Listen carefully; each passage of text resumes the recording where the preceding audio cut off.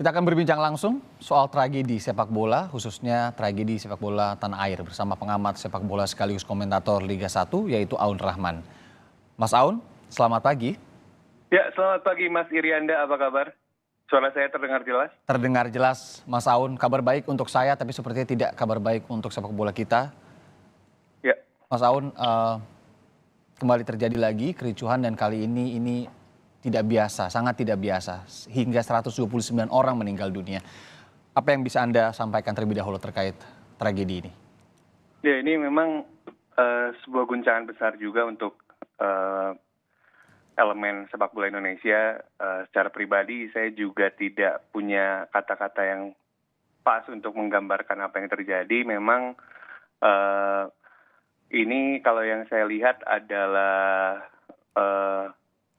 impact ataupun dampak dari banyak hal yang sebenarnya terjadi di sepak bola kita ya. Juga dari secara angka, dari angka yang muncul memang sesuatu yang tragis juga, sesuatu yang menyesalkan juga bagaimana ternyata secara catatan data ada di nomor 2 korban terbanyak di pertandingan sepak bola. Saya rasa memang ini mestinya menjadi pelajaran besar untuk semua pihak terkait apa yang terjadi saat ini.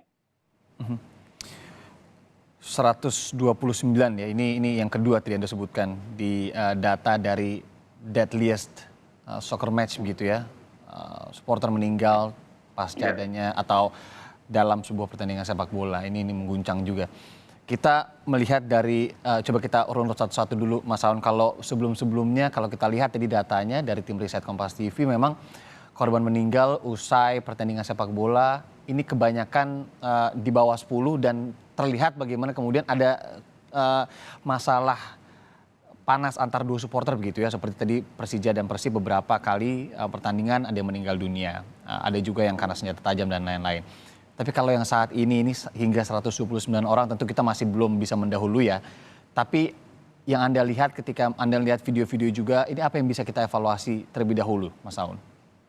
Ya, kalau saya, pandangan saya pribadi memang stadium safety ini dari sepak bola Indonesia ini perlu banyak sekali pembenahan.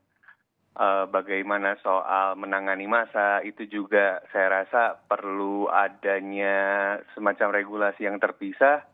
Karena tentu akan ada perbedaan ketika menangani massa di dalam skup yang terbebas di luar seperti di jalan misalnya, dengan menangani massa dalam konsentrasi yang sempit seperti ada di stadion. Itu saya rasa belum benar-benar ada regulasi yang sesuai. Karena pandangan saya pribadi, memang hal-hal yang bisa membuat segala sesuatunya jauh lebih selamat kan regulasi ya. Seperti di jalanan gitu, ada rambu-rambu tertentu. Yang saya lihat memang kejadian yang terjadi di Malang ini ya karena kita memang belum punya regulasi ataupun perundang-undangan yang benar-benar mengatur hal tersebut secara komprehensif. Soal stadion, soal berapa jumlah keamanan yang semestinya yang ada untuk mengamankan pertandingan sepak bola kan kita belum punya sampai detail ya. Saya rasa memang kedepannya harus ada regulasi yang tepat, harus ada regulasi yang sesuai karena yang terjadi memang dari tragedi-tragedi yang sebelumnya terjadi di negara-negara lain, entah di Mesir, di Inggris, di Kolombia, di Meksiko, memang pun akhirnya setelah kejadian muncul regulasi tertentu yang membuat sepak bola jadi jauh lebih baik. Kalau kita terpaksa begitu ya, harus membandingkan lah Mas Aun terkait dengan regulasi ini.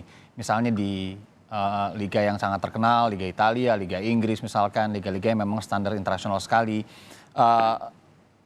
Apa sih regulasi-regulasi yang penting sekali ketika ada penanganan massa kericuhan seperti yang terjadi malam tadi?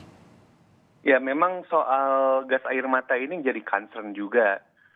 Seperti yang diketahui di aturan FIFA terkait safety concern, safety stadium itu keamanan stadion kan sebenarnya tidak diperbolehkan untuk pengaman stadion menembakkan gas air mata ke arah tribun. Itu yang memang juga mesti terjadi sinkronisasi antara pihak keamanan dan juga aturan-aturannya gitu. Sebenarnya sudah diatur juga oleh FIFA, sudah diatur secara regulasi juga terkait bagaimana melakukan mass control ataupun penanganan massa, apalagi dalam situasi seperti kemarin gitu. Itu yang kemudian memang jadi evaluasi untuk banyak pihak juga. Sementara kalau misalnya di negara-negara yang sudah lebih mapan sepak bolanya, harus diakui mereka punya upaya preventif ketika untuk menghindari kejadian seperti yang terjadi di Malang kemarin. Ya tentu kalau dari kepolisian sendiri tadi juga sudah menyatakan ya, menjelaskan kenapa akhirnya menggunakan gas air mata. Meskipun memang dari regulasi FIFA ini sebenarnya tidak boleh. Ini harus dirunut juga ke penyelenggara nantinya. Karena memang Mas Aun diinformasikan bahwa sudah banyak sekali tadi alasannya kemudian yang turun ke lapangan dan bertindak ini bisa membahayakan juga aparat di lapangan. Jadi beberapa informasi juga tadi disampaikan polisi. Tapi dari jurnalis kami juga di lapangan menjelaskan banyak juga yang cedera ini karena justru sesak nafas dan gas air mata itu tadi. Jadi memang ada banyak hal ekses yang terjadi setelah ada penembakan gas air mata itu juga. Nah, Mas Aun, kalau dilihat dari liga-liga sepak bola yang sudah lebih mapan, setahu saya juga begitu ya, itu kan aturannya kencang banget ya, aturannya juga betul. menyeramkan lah istilahnya. Kita memukul wasit saja pemain itu luar biasa dendanya misalnya. Kemudian untuk supporter ini diatur sekali bagaimana kemudian mereka tidak bertindak secara suka-suka. Jadi sefanatik apapun mereka, ini ada aturan yang memagarinya. Betul begitu Mas Aun? Ya betul sekali.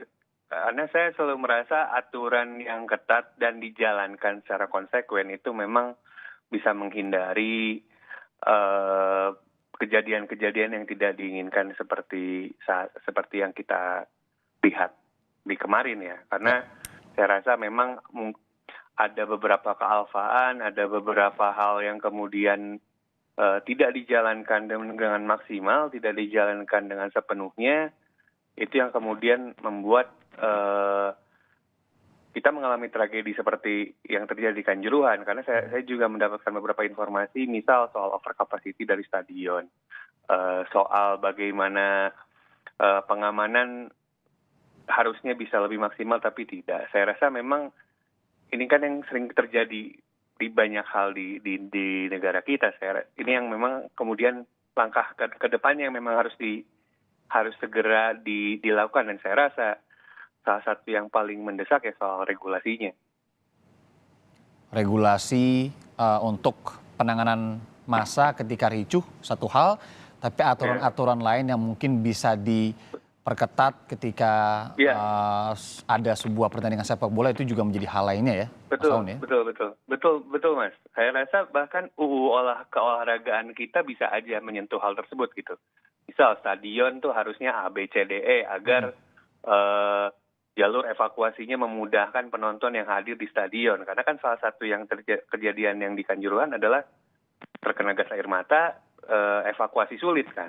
Nah itu juga bisa jadi karena yang terjadi di negara lain pun demikian. Ketika akhirnya sepak bola menyentuh aspek publik, negara bisa turun tangan dan membentuk regulasi juga. Regulasinya mungkin bisa bahkan lebih ketat gitu. Misal pengamanan untuk masuk ke stadion itu misal ringnya lebih dari 3 gitu. Ada banyak sekali pengamanan. Saya rasa untuk kenyamanan ketika menonton gitu ya. Karena apa yang terjadi kemarin kan tentu akan membuat publik ataupun banyak orang lain juga jadi cukup takut untuk membawa anak-anaknya ke stadion kan. Betul. Saya rasa memang langkah yang seharusnya dilakukan ke depannya adalah ya ini kita mesti banyak ya, ada banyak hal yang mesti dievaluasi. Benar, kalau kata Menpora tadi memang ini tidak bisa dilihat secara parsial ya, satu-satu, tapi secara holistik. Tapi secara simpel aja ya, banyak memang kalau nonton bola ke stadion ya, nggak cuma nonton bola sih sebenarnya. Nonton bola deh, beberapa kali juga saya mencoba untuk nonton bola. Itu kan sudah dijaga ketat dari depan, tidak boleh membawa barang A, B, C, D masuk gitu ya, Mas Aun ya. Tapi dari hal, kita lihat dari hal sederhana, ini masih sering juga lewat gitu ya. Iklim inilah mungkin yang saya mau bahas sama Mas Aun. Kenapa ya kita masih kayak untuk hal-hal sederhana aja ini masih sering dilupakan, membawa air minum yang kemudian sebenarnya nggak boleh, atau membawa flare dan lain-lain. Kenapa itu masih sering untuk lolos juga sih Mas Aun? Ya, kalau Anda melihat, saya melihat ada kedisiplinan itu kan dimulai di hal terkecil ya. Mhm. Ada banyak hal bisa jadi sebenarnya tidak jadi big deal seandainya sudah bisa ditangani dengan baik dari hal terkecil tadi seperti yang Mas Rian bilang juga soal ya misalnya barang-barang yang tidak boleh ada di stadion, soal keamanan yang berpengaruh terhadap keamanan juga gitu. Alasan kenapa tidak boleh bawa air minum kan itu berpotensi untuk mengganggu kenyamanan dan keamanan pertandingan juga karena bisa dilempar kan. Akhirnya memang kalau di luar negeri yang disediakan itu kan memang kalau misalnya tidak botol kertas, memang ya tidak boleh membawa minuman ke stadion dan lain-lain. Saya rasa kembali lagi regulasi yang ada juga bukan cuma regulasi gitu, tapi juga harus ditegakkan secara konsekuen. Yang sering terjadi masalah memang adalah regulasinya mungkin sudah ada, cuman belum ditegakkan secara konsekuen dan maksimal. Penerapannya mungkin belum maksimal. Itu yang saya rasa jadi salah satu masalah yang kemudian membuat ya tereskalasi. Saya juga punya anggapan mungkin yang terjadi tragedi yang terjadi di Malang pun ya eskalasi apa yang kesalahan-kesalahan yang sebelumnya tidak diperhatikan ya di level sepak bola kita gitu.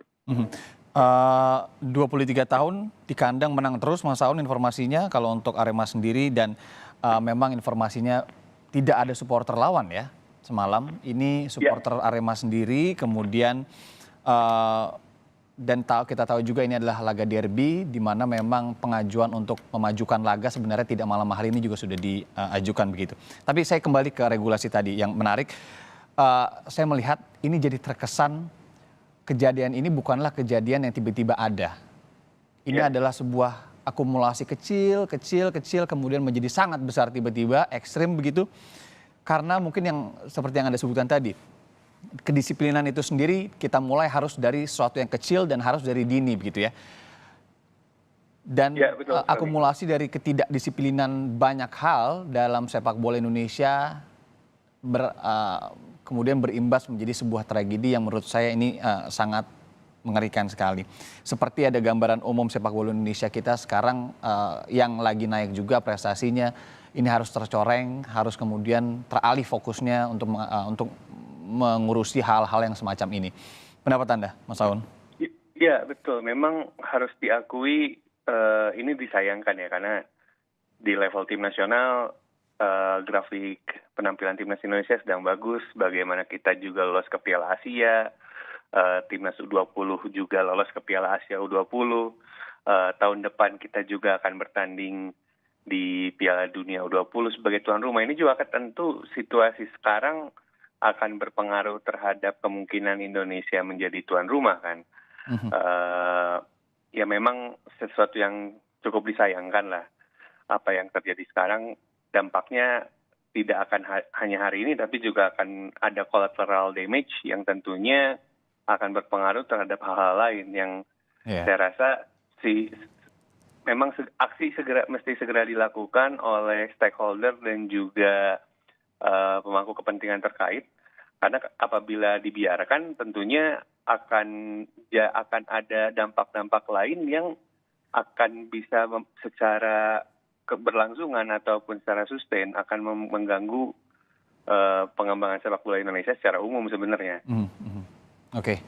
Mas Aun, setelah ini kita coba lebih berbincang mengenai edukasi supporter selama ini di Indonesia seperti apa dan bagaimana ke depannya ini harus dilakukan dan juga ditambah mungkin ya. Mas Aun tetap bersama kami ya, karena usai jeda kami akan berbincang lagi dengan Anda. Tetap di Sapa Indonesia atau di Breaking News Kompas TV, saudara. Jangan kemana-mana.